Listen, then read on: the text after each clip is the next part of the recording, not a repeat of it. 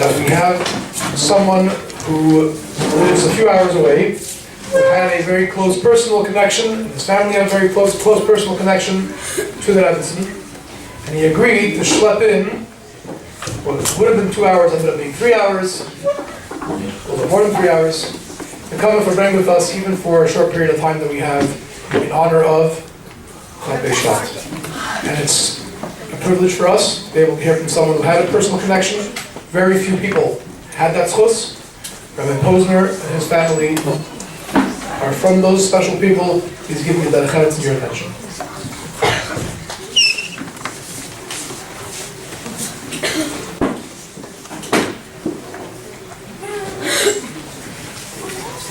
Thank you, Rabbi Greenbaum. Thank you, everyone. I apologize for being late, but I am glad that I'm here. It's a special day, obviously, because the Rebbetzin had the connection between the Rebbetzin and the Rebbe, and how that worked both ways. But it's a special way. It's a special day because the Rebbetzin herself hinted to us very strongly it's a special day. Just a word about the kind of person. You know, some people, they say a lot of things. Oh, you're like my brother. You're not like their brother. You're my best friend. But you're not even friends, right? You have some people who don't say, they say very, very little. But the little that they say, you know that every word they say means a lot. You know what I mean? You know the different types of people, the way different people speak? That was very much the Rebbetzin. She said very little, but she was the type of person, but when she said something, those words were measured. Those words meant something. Those words were not empty. Those words were not just there to fill the space. And the word that she used to describe her relationship with us was, anybody know? Kindergarten. A one word. Close. The other direction. She described herself as mother. I know this I heard it firsthand from the person who she told it to. I heard at times she referred to Chassidim, and at times she referred to Shliachim as her children. So if she's saying those words that mean something. Now, it's a very odd thing to hear, though, because when a baby is born, who is more in touch with the baby, the mother or the father? And even up until a certain age, who is more in touch with the baby? Mother. How many people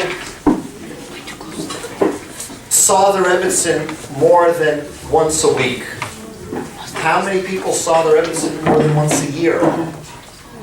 Or rather, how few people saw the Rebbetzin more than once a year? How few people ever saw the Rebbetzin? How few people ever spoke to the Rebbetzin? So that the Rebbetzin should use the word mother to describe her relationship, that's saying something. But it's saying something that we have to understand, because we won't understand that right away. We don't think of that as a mother relationship, someone who you've never even spoken to, never seen once in your lifetime.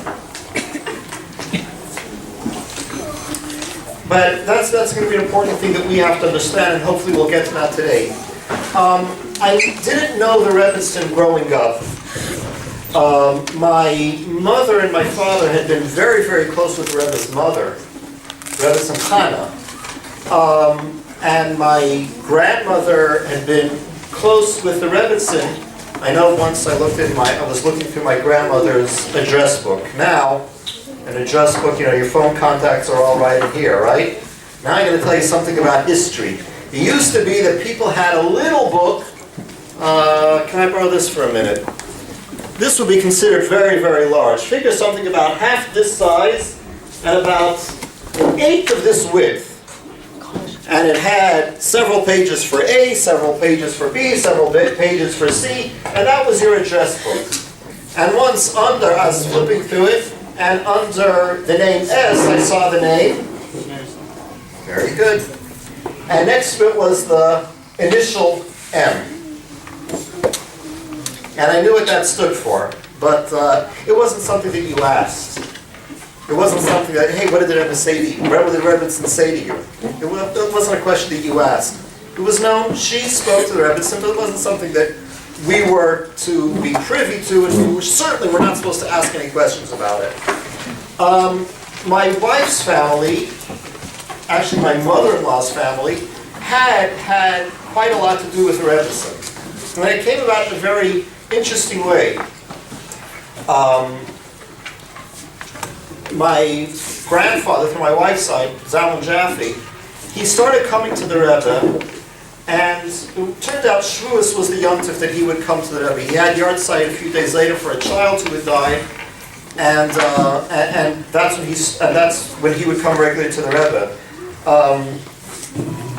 He had been born into what was then considered a Lubavitch family. His name was Shneir Zalman, but they didn't know much about Lubavitch. They knew two things: Yudavin V'Sachari, very good, and Yutes Kislev is a Yom Tov. Other than that, they really didn't have much of a feeling of what Lubavitch is. But that changed, and he started coming to the Rebbe, and it was sometime later that my mother-in-law got engaged, and the Rebbe had said that he would be Masada Kedushin, which the Rebbe had already stopped doing pretty much by then, and he asked the Rebbe, would it be appropriate if I send an invitation to the Rebbetzin?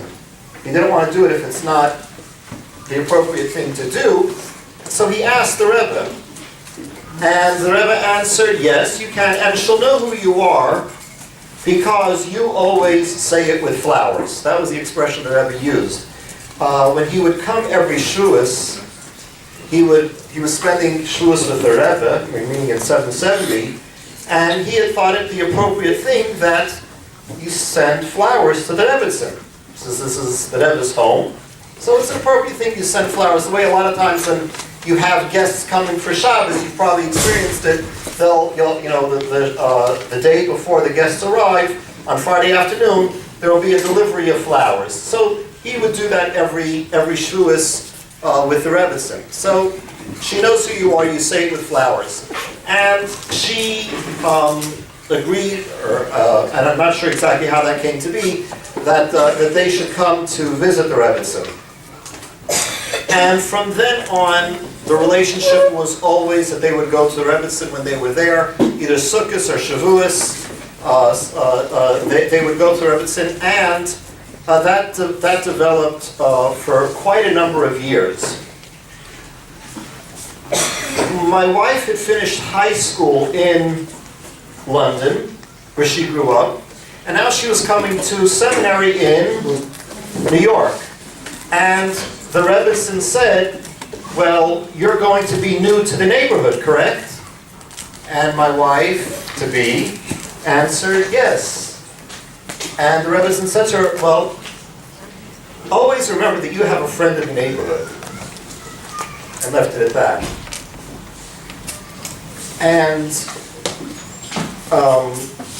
several months later, my wife's cousin was getting married in England.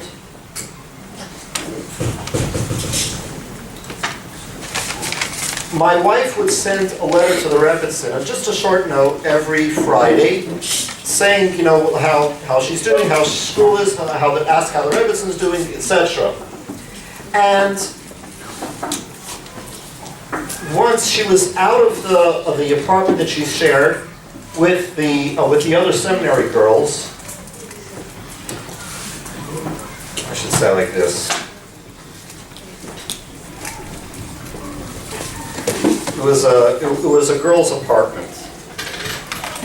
So you could imagine that when they would answer the phone, they wouldn't necessarily answer hello. The answer was a prank, right? Like, hi, how can you help us, or something like that. They used to have payphones in the yeshiva. So we used to do that all the time, have all these crazy ways of answering the phone. My wife had the feeling that Rebbetzin might be calling, so she warned her friends, listen, today, on Friday, be very careful the way you answer the phone. So one of the girls answered the phone, my wife wasn't there, and she asked for my wife, and they said, she's not in, can I take a message? They said, just tell her that Mrs. Schneerson from President Street called. And my wife got back and she called the Rebbetzin, and the Rebbetzin asked if she could come over. And she came over, I believe it was that next Sunday. Why had she called my wife? Because she said, well, your cousin is getting married in England. Everyone is there for the chasana, and you're the only one here in the family that's here. I thought you might be a little bit lonely. So you saw there's just this connection that she had with people, that she thought about what their needs are, and she very much focused on that. And hopefully we'll be able to speak about that for a little bit. When I got engaged, so the Rebbetzin was spending Sukkot, or most of the days of Sukkot, the Rebbetzin was staying in what is now called the library. Any of you familiar with what that is? Yes. You're familiar, okay? There's 770. There's the outside courtyard where the Tashlich is, where there's the Sukkah, and then the next building over, and there was the ground floor. That's where the Rebbetzin would stay for Shabbos and Yom Tov. So I was in 770. The Rebbe would say a Sikha after Ma'ariv, and I was there pushing for my place up front. And my brother-in-law Tzabi comes over to me, and this is hundreds of people pushing over there. So you can't say the Rebbetzin wants to see you now, right? Because you don't say that in the middle of 770. So he comes over to me and he says, a neighbor of ours would like to see you. Why do you say neighbor? Because they rented a basement the house over. A neighbor wants to see you. I understood exactly what he meant right away. I had the place where my apartment was very close. It was on Kingston Avenue between Union and President. And I dashed up there to put on something decent looking, not like you can imagine what my jacket looked like. I mean, every night for 2 hours in this schwitzy crowd of Buchan, the washing machine. Very good. You know the language. So I'm not going to go to the Rebbetzin look at that. So I changed into a fresh set of clothes, and I went into the Rebbetzin. And by this time, everyone was already seated there, and she invited me to sit down. And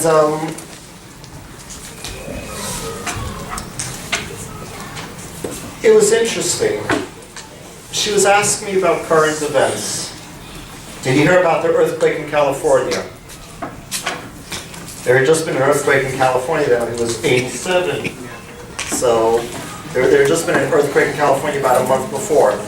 Was anyone affected by it, she asked me. Little did I know then that I was going to be ending up living in California, but that was interesting. And she was speaking to everyone else in the room in English, but with me she spoke in Yiddish. And then the second time, a few weeks later, I went to meet her again, and again she spoke to me in Yiddish, and she was speaking to the others in the family in English. And she said to us then, it is a very important thing to speak Yiddish. Honestly, it's not something that I've done enough of. That's one of my regrets in life. They should have spoken more Yiddish. You got to spend it. If you saw the Living Torah, the sheet that came out this week, there was someone, Mrs. Shemtov, who recalled the same thing, how the Rebbetzin had spoken to her about the importance of speaking Yiddish. Very, very strongly she had encouraged that we should speak Yiddish, and that's really something that has to be done. When you have the language of Yiddish, you have the culture of Yiddish, you're able to share so much more. And another thing she'd asked me the second time I met with her, she says, what are you planning on doing in life? And I said, we're hoping to be shluchim. And the Rebbetzin turned her head from it. She said, it's hard work, but you're young. So, I think the answer to that is you have to always stay young. You have hard work, don't get old. Old it's a state of mind. You don't want to become an old person. You want to always stay young. Because when you're young, you have the energy. And that's Baruch Hashem. I see you're all fidgeting in your seats. You all have plenty of energy, and that's a fantastic thing. You have to make sure to keep that energy as you get older, as you get more mature. You keep that energy with you. And the speaking Yiddish, that itself, it's a phenomenal thing.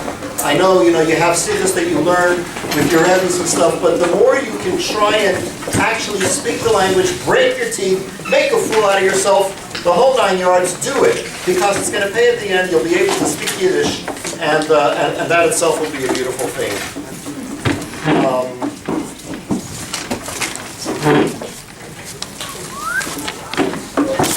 I'll say one more story. This happened with my father-in-law when he was a chassan. So this was about 24 years before I was a chassan coming to the Rebbetzin. My father-in-law was a chassan coming to the Rebbetzin. And the Rebbetzin had on the table cake, little platters, and a pitcher of punch, and flutes. You know what flutes are? They're glasses that are long and thin. They're a very elegant way to drink. And inside each flute was a glass straw. Straw, but not made out of plastic the way we have them, but made out of glass. Yeah. So it's long. But it's long, and so think of this: it's a narrow cup, and outside of the narrow cup is a thin little straw, both made out of glass. Now, there's a custom among Yidden. It's not done so much anymore, but it used to be done much more. It's a great, great custom. And it's like this. When you have someone come to your home, a guest, and it's at the meal, what should they be doing? Eating, sitting, talking, Drinking. Drinking. Relaxing. Drinking, Drinking from a flute. Drinking from a flute.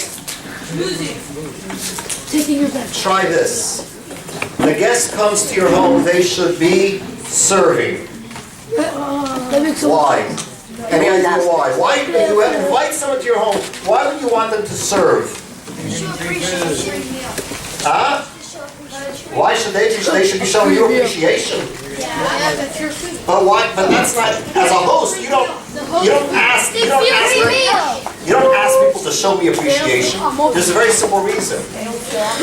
Very good. They don't feel awkward. When you're serving, then you feel like you're at home. You feel English.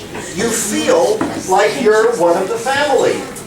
So it used to be that the pot of soup would come out, we put on the table, and then the guest would ladle out the soup into each bowl. And this way, this guest does not feel awkward anymore. The guest feels at home.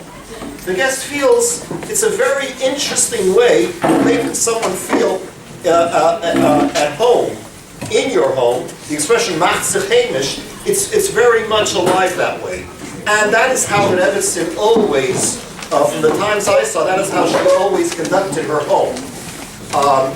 She would appoint one person to serve. In this case, she appointed my father-in-law to be, because he was a chassan, I wasn't even born yet. That he should serve. So now he took the pitcher of punch. Punch is one color? Red. Well, now, what would you imagine? What color was the tablecloth? Yeah, beautiful white tablecloth. And he's pouring the pitcher, and they have these long glass straws, and what happens? It cracks. Cracks. Well, he knocks the straw just a little bit the wrong way, and the straw flips over with the flute full of punch, and the punch goes all over the white.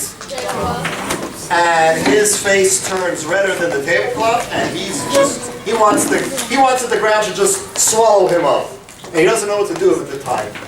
And then he looks up, And he's expecting, here he is in the Rebbetzin's home the first time, and the Rebbetzin has this big smile on her face. A simon bracha. It's a bracha for the whole house now. And the way the Zaydi used to tell the story, she looked so happy that I was ready to pour some punch myself. She was so very accommodating, so very happy. I noticed the same thing, by the way, when we came. It was just myself, my Kala, and her sister that had gone one of the times to the Rebbetzin, and the Rebbetzin told her to say, okay, you will serve, and so that she was cutting the cake. Now you cut the cake, so you cut pieces, right? 1 piece, 2 piece, 3 piece, and then you put it's like one of those like birthday style cakes, about this big, and then you put the knife or the spatula, whatever it's called, underneath to put it onto the plate. So as she's placing the knife on the cake, so the Rebbe's here. Let's try this out. You're gonna be holding the knife like you're cutting the cake. So the Rebbetzin goes like this and moves her hand over. And instead of a piece of cake being this big, it's now make bigger pieces. You're giving other people to eat, so make it big pieces. And then she said, I'll make a balabasta out of you yet. And my wife told me there was so many times that she had gone over, she wouldn't just be speaking to her the things you would imagine a Rebbe to speak about. She wouldn't just be speaking Parshas Shavuot. She would speak to her about what recipes she likes, what foods she likes, where she likes to go shopping. Why? Because she knew this is how you speak to someone in order to get in a conversation with them. And the Rebbetzin was very, very careful about that. She had all of her focus on other people and what is going to make other people comfortable. And from that, she was able to have a tremendous influence, a very quiet influence on the people she did. There's a lot more to say, and in Mirz Hashem, hopefully we'll have more opportunities.